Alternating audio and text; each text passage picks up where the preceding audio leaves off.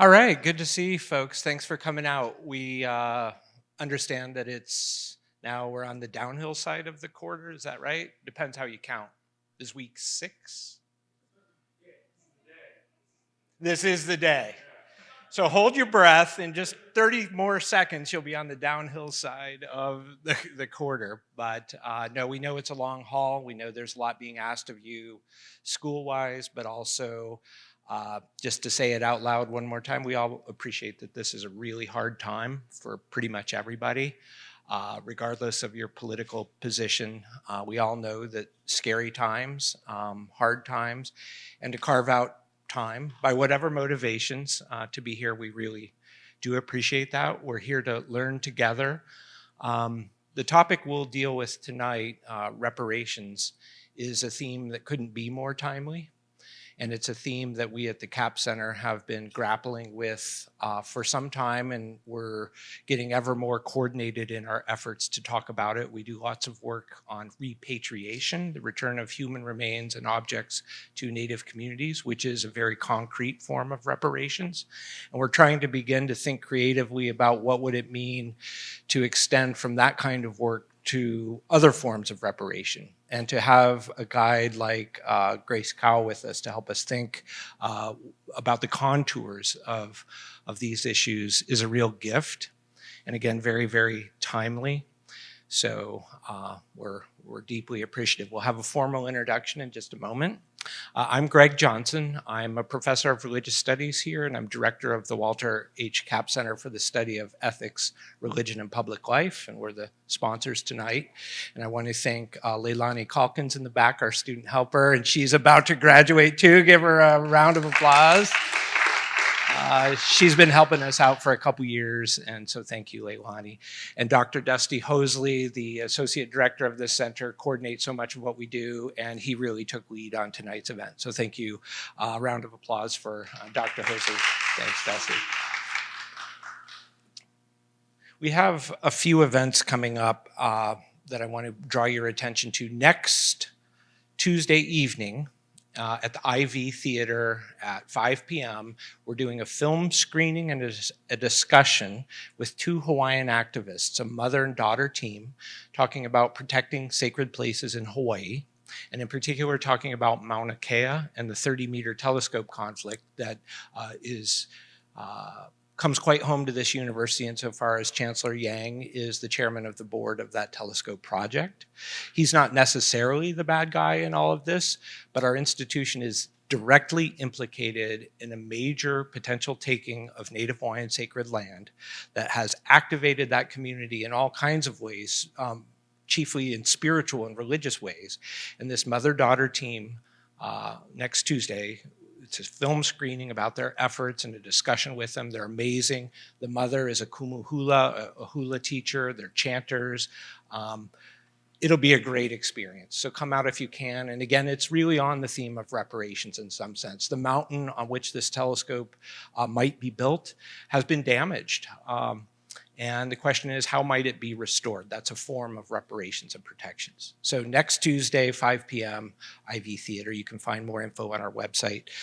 The following week, another talk that is related, and this is on the sanctuary movement, the history of the sanctuary movement in the United States by a young, brilliant scholar, Lloyd Barba. And he'll talk about that movement. That is May 8th, 5 p.m. in the Wallace Annenberg Conference Room, and that's in the Social Sciences and Media building just over there, okay?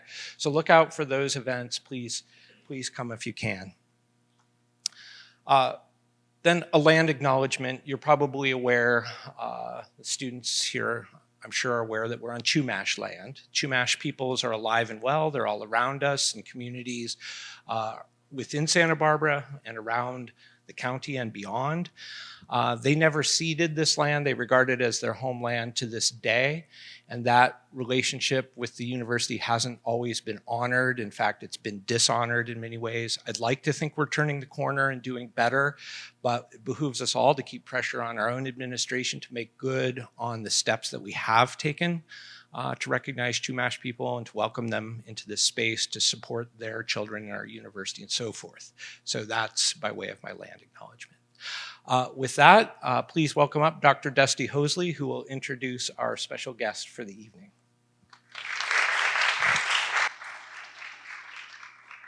Thank you. And we are so grateful that you are here. And it's my honor and truly a privilege to introduce Dr. Grace Kao.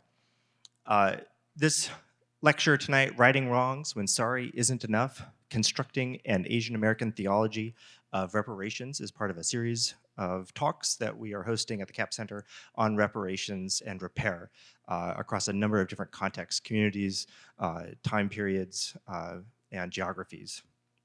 The CAP Center is also grateful to our co-sponsors for this evening's lecture, the Departments of Religious Studies and Asian American Studies here at UC Santa Barbara, and we're proud to present this event with them. Grace Kao is Professor of Ethics and the inaugural Roy I. Sano and Kathleen A. Thomas Sano Professor in Pacific and Asian American Theology at the Claremont School of Theology, where she is also the founding co-director of the Center for Sexuality, Gender, and Religion. She is the author of Grounding Human Rights in a Pluralist World and My Body, Their Baby, A Progressive Christian Vision for Surrogacy, and co-editor of two books, Asian American Christian Ethics and Encountering the Sacred, Feminist Reflections on Women's Lives. She's authored many articles and book chapters and has provided commentary for CNN, MSNBC, NPR, and elsewhere.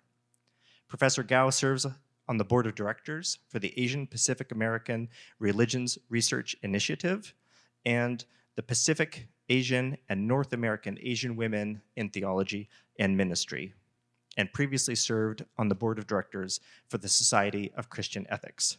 She's also won several awards for excellence in teaching. Without further ado, it is my great honor to introduce Dr. Grace Kao.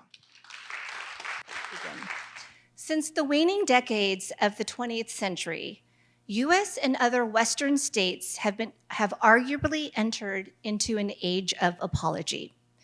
In this era, victims of historic injustices have been demanding, and in some cases receiving, symbolic and material forms of redress. Scholars have been tracking and critically assessing attempts to make amends by heads of state, legislative bodies, religious communities, schools, and corporations.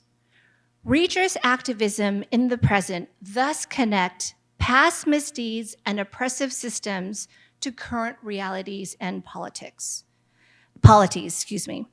They raise intergenerational justice questions about standing and responsibility.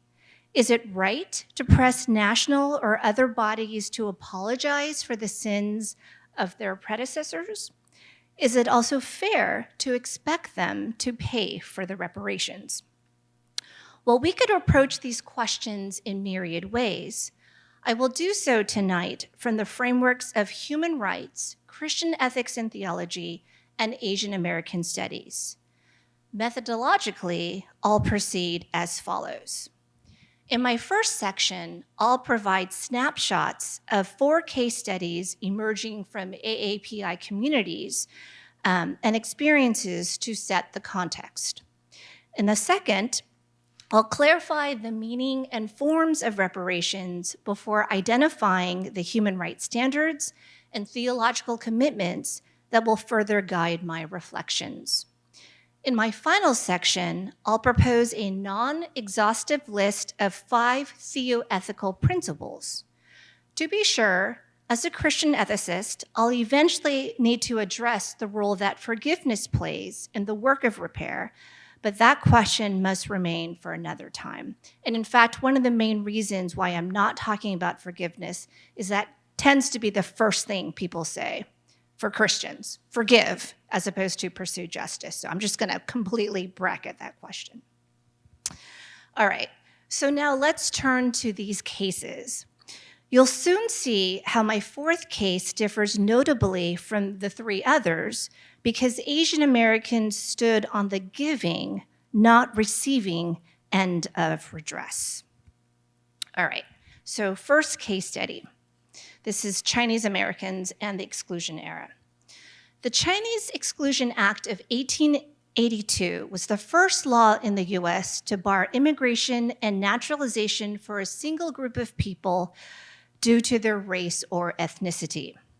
It lasted until its repeal in 1943 after China joined the Allies for the sake of PR.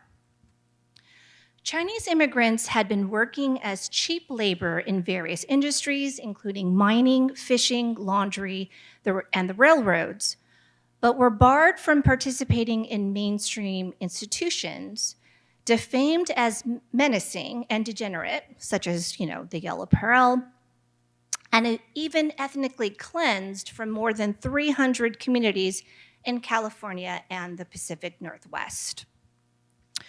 According to Congress's own admission, discussions from the late 19th to the mid-20th centuries were characterized by intensely racial rhetoric, with many members of Congress claiming that all Chinese were unworthy of American citizenship, incapable of assimilation, and dangerous to the political and social integrity of the US.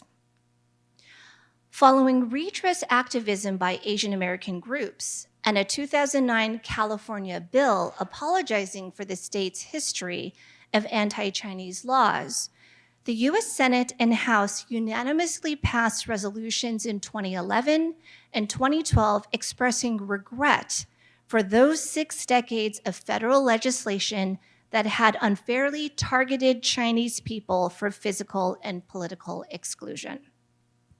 All right, so our next case study. This involves Japanese Americans. Within 24 hours of Japan's attack on Pearl Harbor, federal authorities seized and detained more than 700 Japanese Americans on fears of espionage. 600 more were rounded up the next day. When President Roosevelt issued Executive Order 9066 2 months later, more than 120 West Coast Japanese Americans, 2/3 of whom were native-born U.S. citizens, were forcibly removed from their homes. Without ever being formally charged, Japanese Americans were first warehoused in detention sites on repurposed fairgrounds or racetracks, while 10 concentration camps were being built in the desolate terrain of 7 states. An organized community-wide campaign for redress emerged in the late 1960s with the rise of the Asian American movement and mobilization of the Japanese American Citizens League. When a congressional commission concluded that Executive Order 9066 had not been justified by military necessity, but that its true causes were race prejudice, war hysteria, and a failure of political leadership, the national conversation shifted from whether a wrong had been done to what must now be done to right it. President Reagan signed the Civil Liberties Act into law on August 10, 1988, which formally apologized for the grave injustice, established a civil liberties public education fund, and provided each surviving incarceree a $20,000 tax-free check. The Civil Liberties Act has generally been hailed as a success. Many Japanese American redress activists, however, believe the redress to be incomplete, given that the more than 2,200 ethnic Japanese from 13 Latin American countries who were likewise forcibly warehoused in the same concentration camps, and in some cases were deported to Japan in prisoner exchanges for American POWs. So these Japanese Latin Americans were deemed ineligible to receive the benefits of the Civil Liberties Act. All right, third case, and this involves Filipino American veterans. Within hours after the attack on Pearl Harbor, Japan invaded the Philippines. Less than 5 months before, and in the days following, more than 250,000 Filipinos were commissioned to fight under the US flag in the Pacific theater of World War II. Those forces included those serving in the Philippines military, whom President Roosevelt had called into service as colonial subjects. And so, as a historical reminder, the Philippines was a U.S. territory until it gained independence in 1946. And secondly, those living in the U.S. who were either drafted following a 1941 statute or who had enlisted after the Second War Powers Act had created a service pathway to citizenship. Now, despite the veterans' sacrificial service, especially during the now famous battles and infamous death march of Bataan and Corregidor, they were bitterly betrayed at war's end. Though promised full veteran benefits and a streamlined naturalization process, the Recessions Act of 1946 deemed the deployment of Filipinos prior to July 1st, 1946, not to have been active military or naval service for the purposes of any law of the United States conferring rights, privileges, or benefits. And the U.S. also retracted their pathway to citizenship. Filipino veterans have been pressing for proper recognition of their service with equitable benefits ever since. And they have made some piecemeal gains, including a naturalization measure in the Immigration Reform Act of 1990, a 1996 presidential proclamation thanking them for their extraordinary sacrifices in defense of democracy and liberty, monetary reparations in 2009 to each eligible survivor of either $9,000 for non-U.S. citizens and $15,000 for U.S. citizens, and receipt of the Congressional Gold Medal in 2017. And that is the highest expression of national appreciation to an individual or group. Okay, so at this point, we're gonna move to my last case study. And as I mentioned before, this one's slightly different because Asian Americans are on the giving end. All right, so in response to the longstanding Hawaiian sovereignty movement, the General Synod of the United Church of Christ issued a formal apology in 1991 to Native Hawaiians for the church's complicity a centennial earlier in the illegal overthrow of the Kingdom of Hawaii. So another history lesson, the overthrow precipitated Hawaii's annexation by the U.S. in 1898 and statehood in 1959. On January 17th, 1993, exactly 100 years to the day after the toppling of Queen Liliuokalani, the then president of the UCC formally repented of the ways the church had too often confused the ways of the West with the ways of Christ. He did so while pledging the denomination's support for Native Hawaiians in a major service of repentance and reconciliation, attended by more than 12,000 people outside of Honolulu's Royal Iolona Palace. The UCC also committed modest reparations, $1.25 million, for redress. After a period of discernment, the Asian American churches of the UCC Hawaii Conference enacted their own apology resolution at their annual meeting in 1993. They recalled their ancestors' disapproval of the Queen's dethroning and acknowledged that a certain bond had existed between Native Hawaiians and Asians during the first half of the 20th century, as both groups were outsiders to the white oligarchically controlled Hawaii. These Asian American Christians then confessed that, and this is a quote, "We as former immigrants have benefited socially and economically from the illegal overthrow. While we have disregarded the destruction of Native Hawaiian culture and the struggles of the Na Kanaki Maoli," which means indigenous Native Hawaiians. For the sake of reconciliation, the Hawaii Conference of the UCC offered a multi-million-dollar reparations package in addition to what the national UCC had pledged.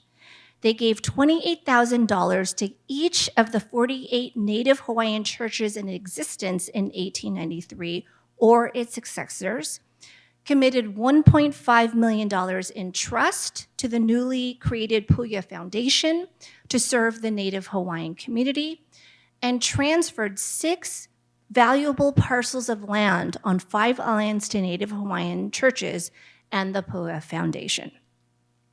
So what is remarkable to me about these UCC apologies is that they are an example, however imperfect, of a religious community leading a secular nation in the difficult work of repair, as their redress efforts preceded Congress's own.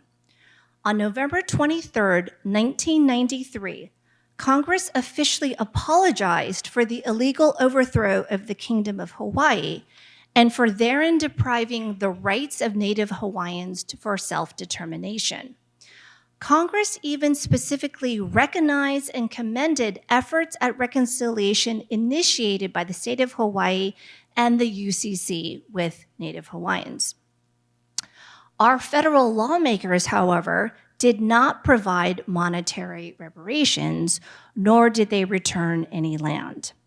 Today, the Hawaii sovereignty movement is growing. You know this, Greg Johnson here, researching this, and other folks. And while there are different positions on the exact form the sovereignty should take, so some are calling for the restoration of the kingdom, others are calling for federal recognition of Native Hawaiians akin to American Indian tribes and Alaska Natives, and still others are calling for Hawaii to be decolonized under the terms laid out by the UN in the 1940s for occupied territory. So again, there's internal disagreement, but they all coalesce and converge on the importance of who controls the land. Okay, so as historically aggrieved groups the world over continue to press for reparations and increasingly receive them, at least in partial measure, the question remains how justice-seeking peoples of goodwill ought to respond. And so what I want to do now is move into the second part of my presentation, and I'll begin that by defining how I'm understanding the term reparations. So I'm drawing upon the broad definition that Antonio Raimundo, who is an attorney activist in the Filipino redress movement, his definition, which I've reproduced here. So reparations are programs that are justified on the basis of a historic group harm, and number 2, they are designed to assess and correct that harm and or improve the lives of the victims in the future. So as the term group-based harm suggests, victims have been targeted on account of a characteristic or identity they share with others, such as their race or ethnicity, nationality, religion, or sex. These group-based harms are described as historic, not only because they took place in the past, but also because they were particularly injurious or systemic. Of course, redress activists are keen to show that the past harm endures to the present day, typically either because the original injustice exudes a lingering effect on contemporary relations among peoples, or because the unjust benefits gained by one group at the expense of another continues to be enjoyed by descendants or successive generations of the perpetrators to the detriment of the victim's descendants. So while the term reparations colloquially often refers to money, I would encourage us to use the more expansive understanding provided by the emerging international standard for reparations in an important 2005 UN resolution. And these are usually called the Van Boven Principles. And the Van Boven Principles recognizes 5 forms. So first is restitution, where victims are restored, where possible, to the original situation before the violation. Second is compensation, where victims receive, for any economically accessible damage, an amount proportional to the gravity of the violation and the circumstances of each case. Third is rehabilitation, which may involve medical and psychological care and legal and social services. Fourth is satisfaction, which a category which may include public apologies and official memorials and tributes that restore the victim's dignity, reputation, and rights. And fifth is guarantees of non-repetition, such as through promoting mechanisms for preventing and monitoring social conflicts and their resolution. Okay. All right, so while Christians, like other conscientious citizens, should assess any proposal for reparations on a case-by-case basis, there are classical church teachings and practices that could provide support for the overall prospect, so this is my argument. To begin with, restitution and compensation are biblical concepts in Mosaic law, Levitical codes, and in Jesus' own teaching. Consider Jesus' positive response to Zacchaeus, the tax collector's pledge to pay back 4 times as much to anyone he has defrauded. In addition, liturgical practices of confession are designed for parishioners to repent of the ways they have fallen short, not just as individuals, but also in their common life with others, as well as in their participation in sinful social structures.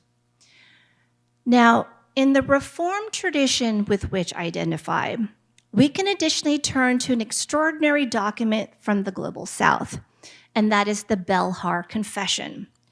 Originally adopted by the Synod of the Dutch Reformed Mission Church in South Africa in 1986 in response to apartheid, the Belhar Confession obliges the church to work for unity, reconciliation, and justice by standing by people in any form of suffering and need and striving against any form of injustice. Belhar confesses that God is in a special way the God of the destitute, the poor, and the wronged, and thus the church must stand where the Lord stands, namely with the wronged.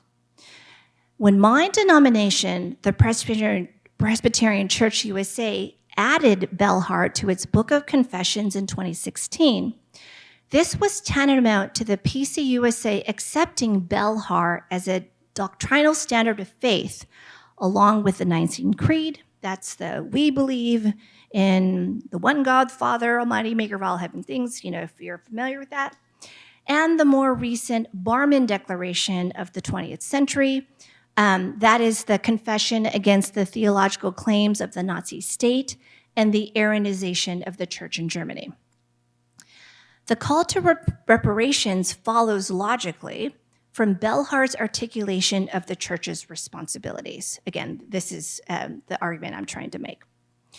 What's more, in adopting the 2000 report of the PCUSA Task Force to study issues of reparations, the PCUSA General Assembly echoed the aforementioned themes in affirming that, from a Christian perspective, reparations is not so much about assigning blame to individuals or groups of people, as it is about recognizing that we the people, citizens of the United States, are sometimes found culpable for the harm done to others because of our government's laws and policies and our social practices. It is for those times that we must, as a nation and a church, repent of our sins against our sisters and brothers, diligently attempt to repair any breach in relationship that has been caused, and do our best to redress any and all injustices visited upon innocent people. The task force called upon the denomination to take action in the political sphere, such as by advocating for legislation related to reparations and reconciliation, and encouraging elected representatives to acknowledge the evils of racism through public apologies and memorials to victims of group-based harms. I should add that the PCUSA also launched in 2024 a Center for the Repair of Historic Harms, where the primary goal is to recognize, acknowledge, and repair the harm caused to Indigenous peoples, African Americans, and other marginalized groups, with the goal of inspiring repair and reconciliation both within and beyond the church. So essentially, I've been arguing that Christians, especially in the Reformed tradition, they should be predisposed to think and act in the ways that reparations require. Now, what I lack space to explain, although we can pick it up in the Q&A, is why there nonetheless exists so much resistance to the idea of reparations in the US, including, I would say, actually, especially, unfortunately, among Christians. But we're going to bracket that, and I now want to turn to what we can learn from the AAPI community in light of the cases that I made. Okay, so I want to offer that Asian American experiences make Asian American scholar activists who know of them well-positioned to develop an approach to reparations that could ultimately serve the common good. Our contribution potential is due to 3 factors. So first, we have longevity. So it is one group, Chinese Americans, who filed the first lawsuit with multiple plaintiffs for reparations ever in the US in 1886, and that's the Wing King versus the City of Eureka case, and who have a history of fighting back against group-based harms through legal channels. Second, we Asian Americans have had some success. It was one of our redress cases, the Japanese American one, that's been widely hailed as a political triumph, moral baseline, and aspirational ideal for others. And third, as I mentioned before, we have been on both sides of the reparations giving and receipt, right? And with the case of the Native Hawaiians, we have been on the giving end. Okay, so finally turning to my last section, what I want to do now is unpack 5 principles that I see emerging from these various considerations. And again, this is a non-exhaustive list of principles. It's a work in progress, one that I very much want to refine and develop when I move into heavy research for my book. So here they go, 5 principles. Number 1, to seek reparations that facilitate repair. First, an Asian American theology of reparations should support measures that have the potential to be socially and psychologically reparative to the aggrieved communities. While a full restoration of broken lives and reconciliation of broken relationships may not be possible in this life, we know that some healing is possible. For instance, in advocating for reparations that foster the mending of tears in the social fabric and correct for breaches in the polity, Eric Yamamoto, who was the Fred T. Korematsu Professor of Law and Social Justice at the University of Hawaii School of Law, has written poignantly about the cathartic release many Japanese Americans experience when the nation finally accounted for its wrongs. In his words, former internees could finally talk about the internment. Feelings long repressed surfaced. One woman, now in her 60s, stated that she always felt the internment was wrong, but after being told by the military, the president, and the Supreme Court that it was a necessity, she had come to seriously doubt herself. Redress and reparations, she said, had now freed her soul. Some Filipino World War II vets also experienced a similar catharsis during the moving ceremony at the Capitol when receiving the Congressional Gold Medal. With 21 veterans, some 700 family members, and key members of Congress present, a 100-year-old vet who accepted the award on the group's behalf said, with tears streaming and voice cracking, that thousands of us had felt underappreciated and unrecognized for fighting for our country, but now this day had finally come. The formal recognition by Congress, in the words of the chairman of the Filipino Veterans Recognition and Education Project, had finally healed a wound that they had lived with for most of their lives. All right, principle number 2. The healing potential raises the stakes for reparations to be received well by their intended audience. But therein lies the challenge.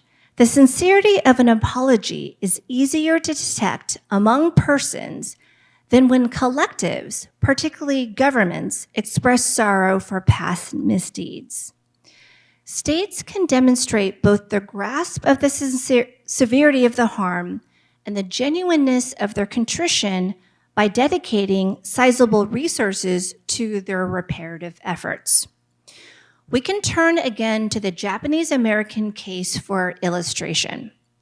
Many Japanese Americans found restorative of their dignity and an integral part of the healing process the creation of the Public Education Fund and the work that came out of it, including the Smithsonian's Permanent Incarceration and Reparations exhibit and the National Memorial in Washington, D.C., because the nation had incorporated into its official history their unjust suffering. Now, while $20,000 to each surviving incarceree was, strictly speaking, a derisory amount, it did not actually reflect the fair market value of the total property and assets Japanese Americans had lost. Most in the community ultimately embraced the reparations because the formal apology itself was significant and the sum close to the amount the JACL had requested.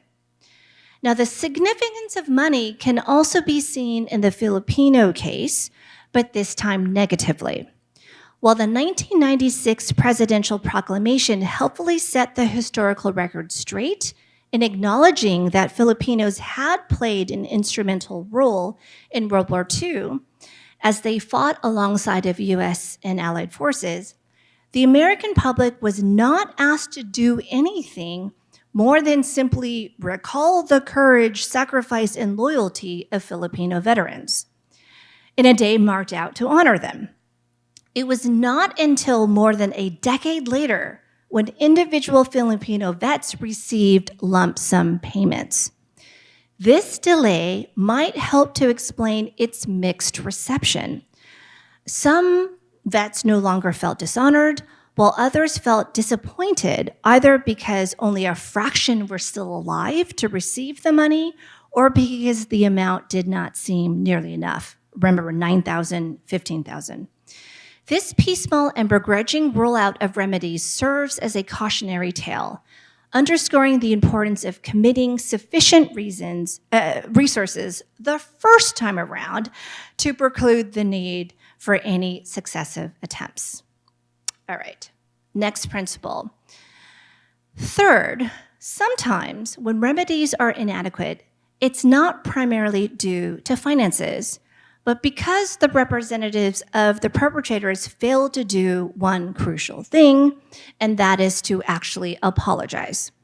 In the Chinese American case, despite headlines to the contrary, Congress never apologized. The House of Representatives only expressed regret for the passage of legislation that adversely affected people of Chinese origin. The Senate had gone slightly further. They deeply regretted past discriminatory laws and reaffirmed their commitment to preserving the same civil rights and constitutional protections to people of Chinese or other Asian descent. But they too neglected to say sorry. There is, however, a crucial difference between expressing regret and apologizing. As the California legislature wisely noted in 2014, genuine apologies acknowledge wrongdoing and the role one played as the wrongdoer, while regret entails only sorrow for the turn of events or a wish that something else might have happened instead, while sidestepping the central issue of fault. Congress's non-apology becomes even more problematic when we compare it to the formal apologies they have provided, most without monetary reparations, to other groups. Because regret is not sufficient, the House and the Senate should follow California's lead in formally apologizing to Chinese Americans. All right, fourth principle. Fourth, as reparation movements lie at the intersection of ethics, law, and politics, and as they draw upon religiously infused concepts of atonement, forgiveness, and reconciliation, we must acknowledge that even theologically sound and morally unassailable calls for redress may be legally or legislatively difficult to win or politically impractical to pursue. So dreams of reparations thus require sober elements of realism. Their transformative potential must be prudentially assessed alongside of the hazards of mobilizing to demand them. So I was chatting with Dusty and Greg beforehand.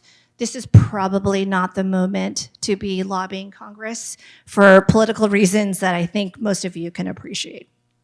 All right.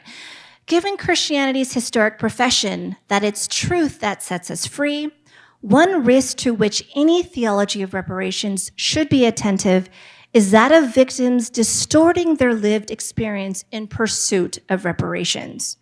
For example, to garner political support, the overwhelming narrative that Japanese Americans in congressional testimony provided was that they had been loyal super patriots, that they had compliantly gone to the camps without resistance, and that the highly decorated and segregated 442 Regimental Combat Team, comprised of Nisei soldiers, had been incredibly heroic in their willingness to fight and die abroad for the very country that was incarcerating their beloved family members and friends at home.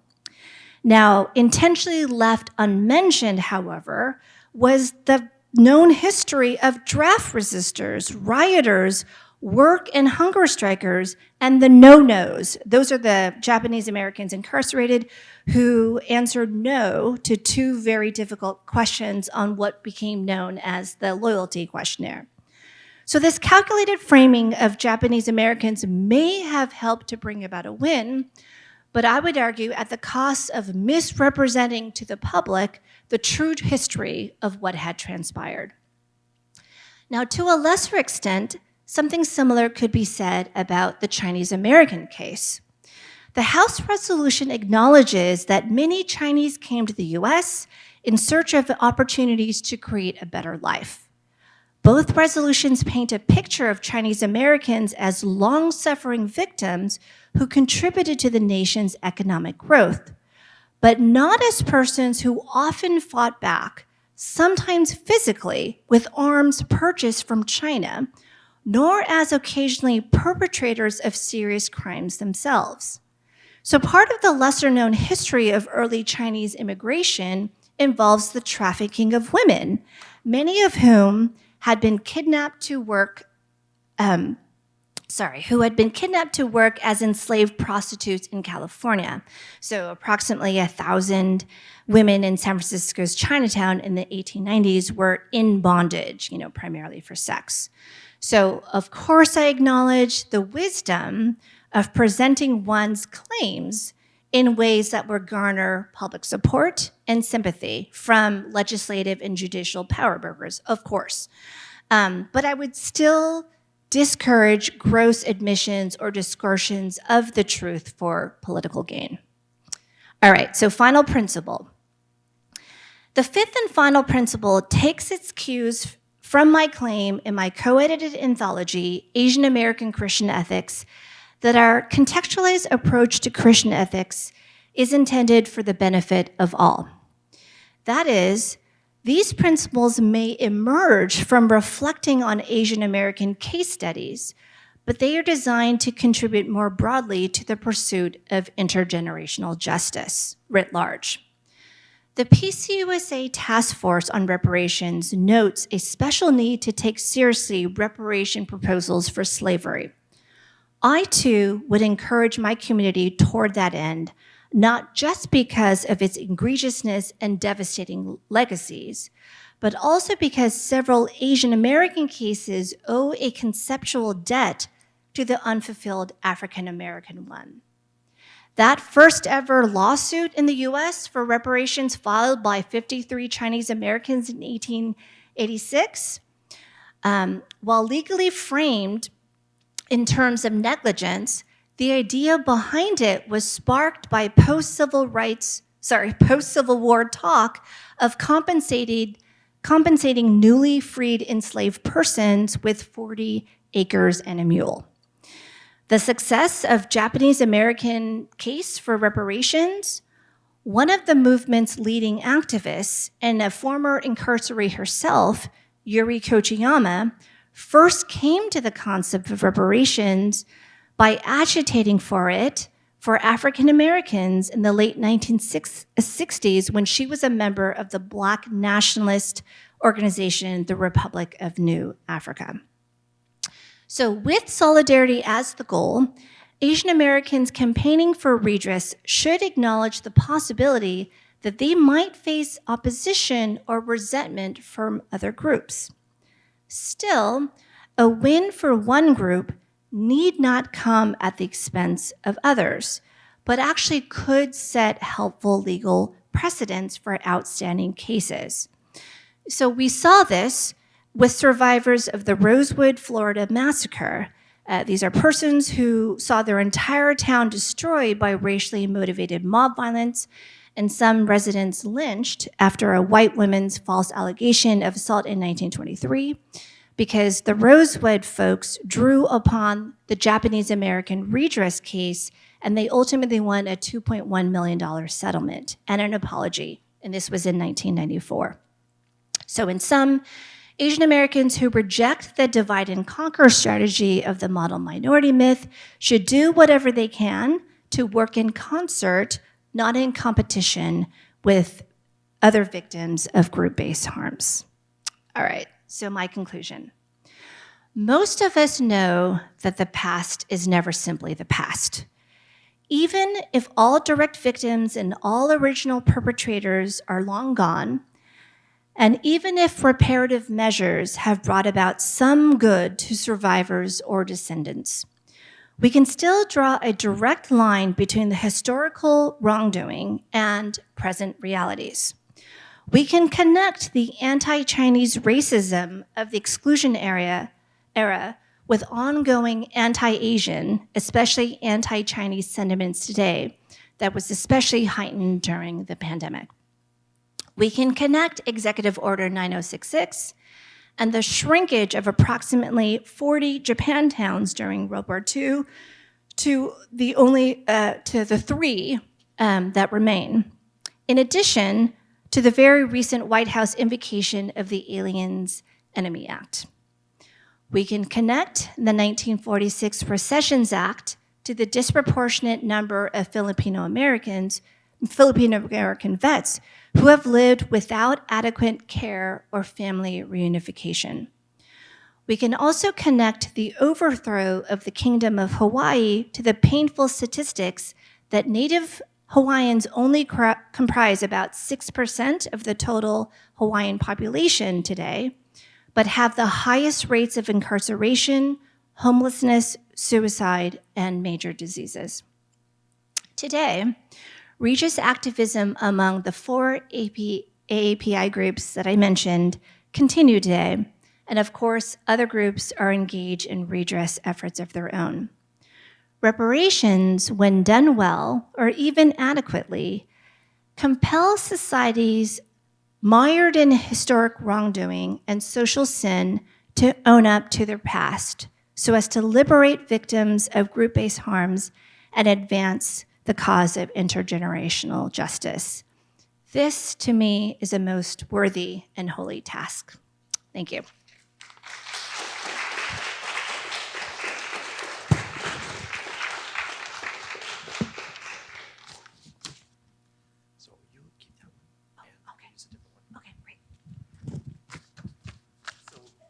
We welcome questions. I'll come around and I'll bring the microphone to you. So if you have a question, please raise your hand and I'll come over to you and hand you the microphone.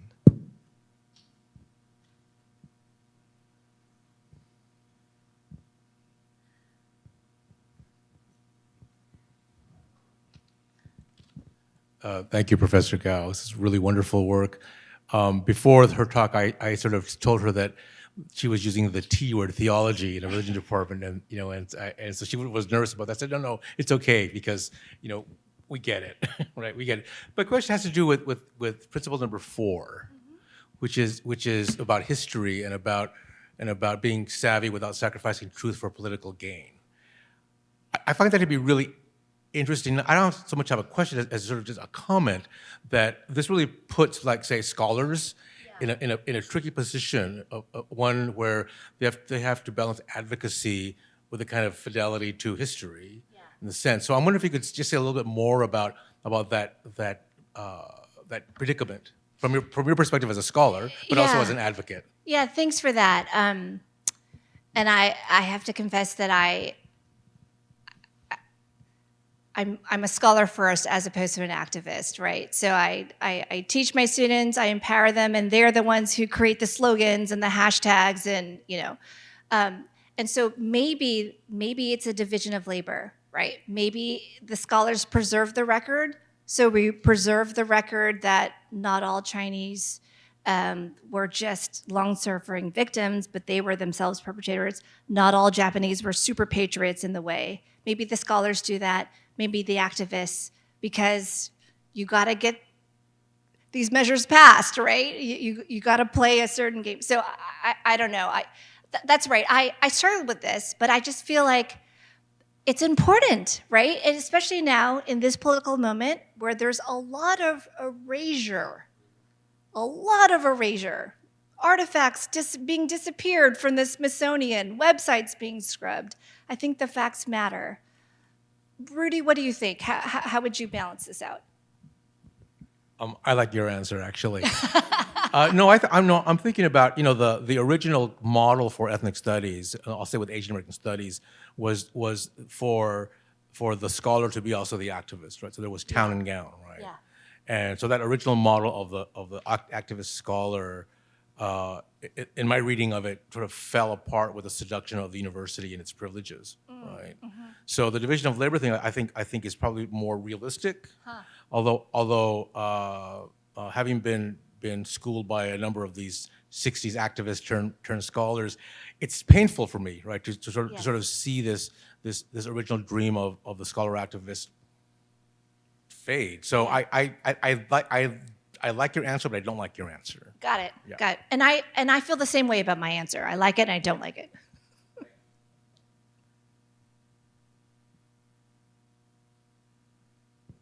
I've got the mic, so if I can ask a question too.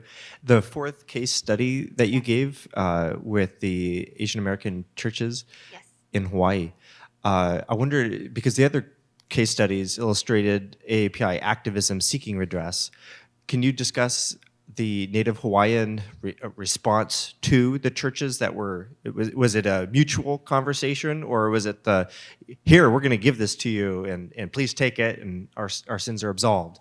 Can you discuss that case a little bit more? Yeah, so I am mostly drawing from Yamamoto's work on this, and I have not done a deep dive, but what he says is that this was a series of meetings, a series of conversations about Native Hawaiians saying, yes, I do feel this prejudice. I feel alienated from this land. I look at these churches that you own, we were robbed from them. So my understanding is that, especially with the Hawaii conference, even more so than the national, they actually had in-person services, meetings, so ultimately, the solution offered was something that the Native Americans wanted, meaning the return of land was very important. It's not just here's some millions, but here's a return of land. Yeah.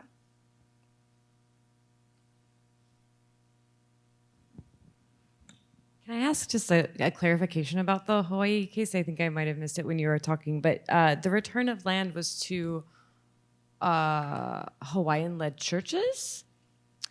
Yes, or their, I'm sorry, the Hawaii conference returned money to 48 churches, or their, what's the word? I'm blanking on the word.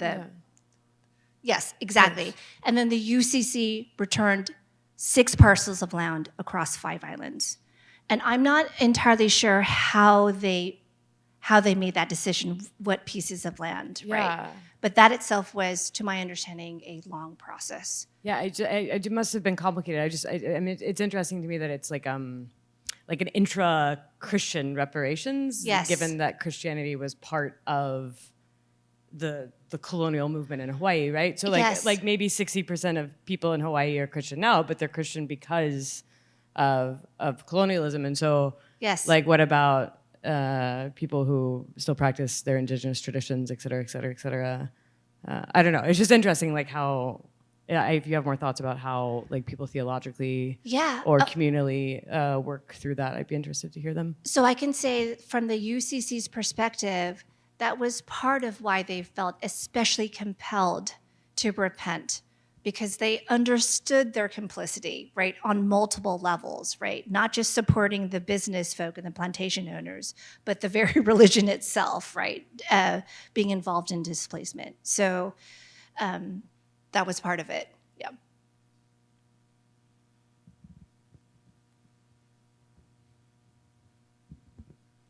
Thank you so much, super rich. But you're an activist. Your 5 principles, they're principles for action, Yes. basically. Yes. You can't get away from that. You can't give us a talk and then get away from that. I appreciate Rudy's proposal for a division of labor, but Yeah. we all just sat through it. We're smart. We're in this room with you, so now what? What are you going to do? No, I joke about it because I've been mired in this question for years. How does one be a scholar and an activist is too strong of a word, but politically engaged in meaningful ways with the community one works with? Yeah. How does one do that? And there's obviously not one size fits all, clearly. And I'm not even sure I've seen one instance that was particularly successful or compelling. But it seems to me at this moment we can't not try. Mm-hmm. We're going to stumble, but then we run right away into questions about privilege. Yes. Like within the academy, and Rudy was gesturing towards this too. I'm kind of in the paradox now where I can't train my own students to do what I do because it's partly a function of privilege. I would be irresponsible Yes. to insist that they attempt to intervene in the modest ways I've tried early Yeah. in their career. Right. So then what? This is a ball of wax for sure. But what a better time to test drive new ideas than in the midst of a crisis, seems to me, because things aren't getting better. You're right. And business as usual in the academy is doesn't look good to the outside world, and it certainly doesn't look good even within these halls. Yes. Like we're being called to accounts to do something of consequence, to teach in consequential ways, to act in and so I'm just trying to give voice to that frustration in the sense we really do collectively need to figure this out, but it's going to involve a lot of stumbling and a lot of leaning on privilege and so forth. So that's a comment. A question. So are you aware of the follow-up to the UCC situation in Hawaii where about a decade out from the apology, early 2000s, the main UCC church, Kawaihaʻo Church in downtown Honolulu, disinterred 1,100 sets of Native Hawaiian remains from their cemetery to make room for a new revenue-generating meeting hall?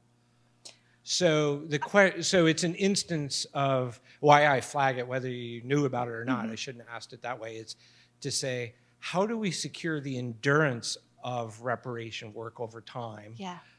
Given human frailties of imagination and memory and institutional efforts to erase memory over time. It took only a decade to go from apology to disinterment of 1,100 bodies, known human remains that still haven't been reinterred. And so what's principle 6? I mean, it was kind of built into your other principles, but about underscoring and ensuring endurance over time, that these things, the gains don't get eroded yet again. Yes. Yeah. So thank you for bringing that up. I think I read just peripherally, but I didn't follow the details of that. One of the human rights principles, I'm blanking on the actual term, I'm forgetting my own terms, but it's supposed to be guarantees of non-repetition, right? it's so the fact that we have concentration camps, we're doing it again. And you're absolutely right. If you're pledging to make amends, then a one-time transfer of land and a one-time transfer of money without ongoing commitments to actually repair the relationship, that's not gonna work. And in that particular case, I do wonder what happened. Is this a leadership change? Is this breaking the will of the UCC delegates? Is this a matter of the money was too compelling for? I think it was the latter, but I would say in terms of leadership change, there's been a change back now, and they're actively trying to redress it yet again. Yeah. So at least the pendulum swings now in a positive direction. But anyhow, sorry for the interruption. No, that's right. I mean, ideally, because the past is not just, we determine the meaning of the past by our present actions. So the undoing of the good work by the UCC in that moment you're talking about then raises questions about the sincerity of the original apology, right? Because then are we talking, these are true motives. What was before then? Was that true repentance? Was that a surface emotion of sorrow and guilt, trying to, I mean, we are showing our commitments by what we do in the present, right? Okay.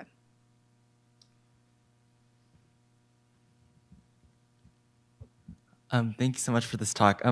One question that I had was, how do you imagine engagement in these reparative principles with like new Asian immigrants and kind of like, or even later generations of Asian Americans who have more distance from the kind of historical harms of the past?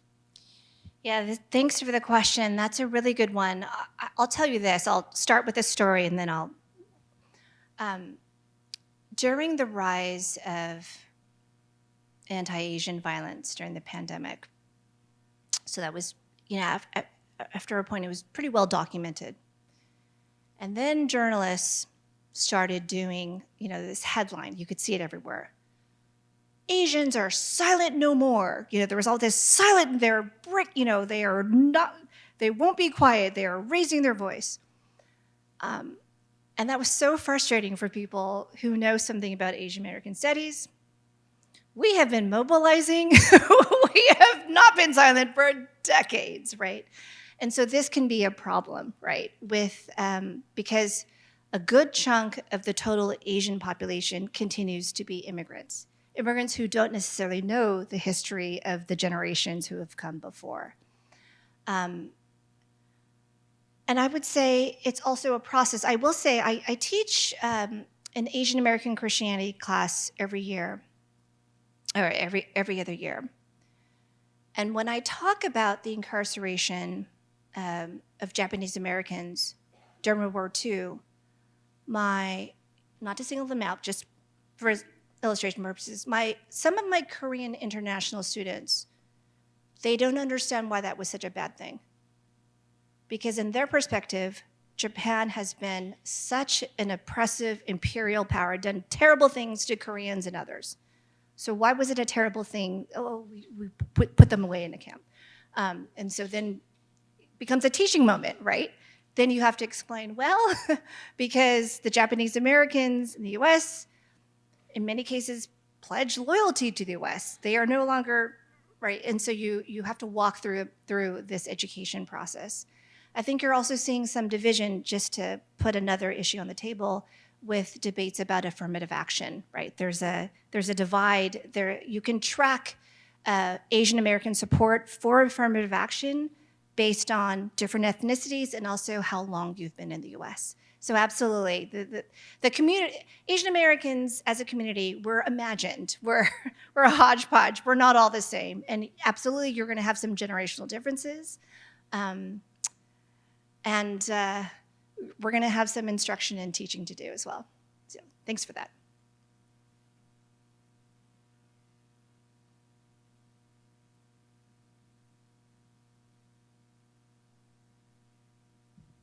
Maybe we have time for one more. Any last question? Okay, two more here. It's not two hands. Okay. Thank you so much for your talk. I found it really engaging.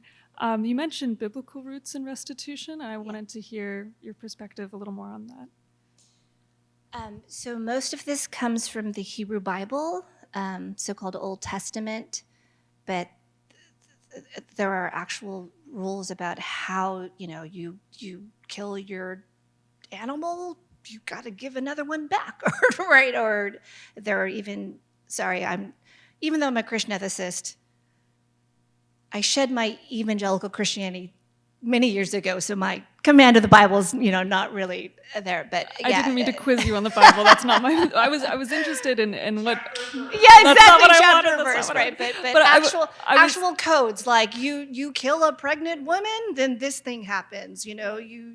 So there's literally, you've done a wrong, it must be restored, right? And then the thing I also reference in the New Testament is with Zacchaeus, right? He was the wee little man, if you ever went to Sunday school like I did and sang the little songs. He talks about paying back. If I've ever defrauded anyone, I will pay back 4 times. So notions of restitution and compensation, I would say, are built into these biblical texts. Not in a way where I can cite chapter and verse, but you got to trust me on that. They're there. Yeah. I found it just really interesting that from that framework, then you can trace it in other places. So thank you so much. Thank you. Great. Yeah. Kind of building on that a little bit, you mentioned the term theoethical. Yes. I'm wondering what you mean by that exactly, like where that is derived from and how that differs from. That is just a fancy way of saying theology and ethics. Okay. Yeah. Okay. Like if you've heard of theopoetical, Sure. Theology and poetry. Yeah. Yeah. I just didn't know if you have had a different definition of it. Okay. Thanks. Ladies and gentlemen, please join me in a round of applause, please, for Dr. Grace Kao. Thank you.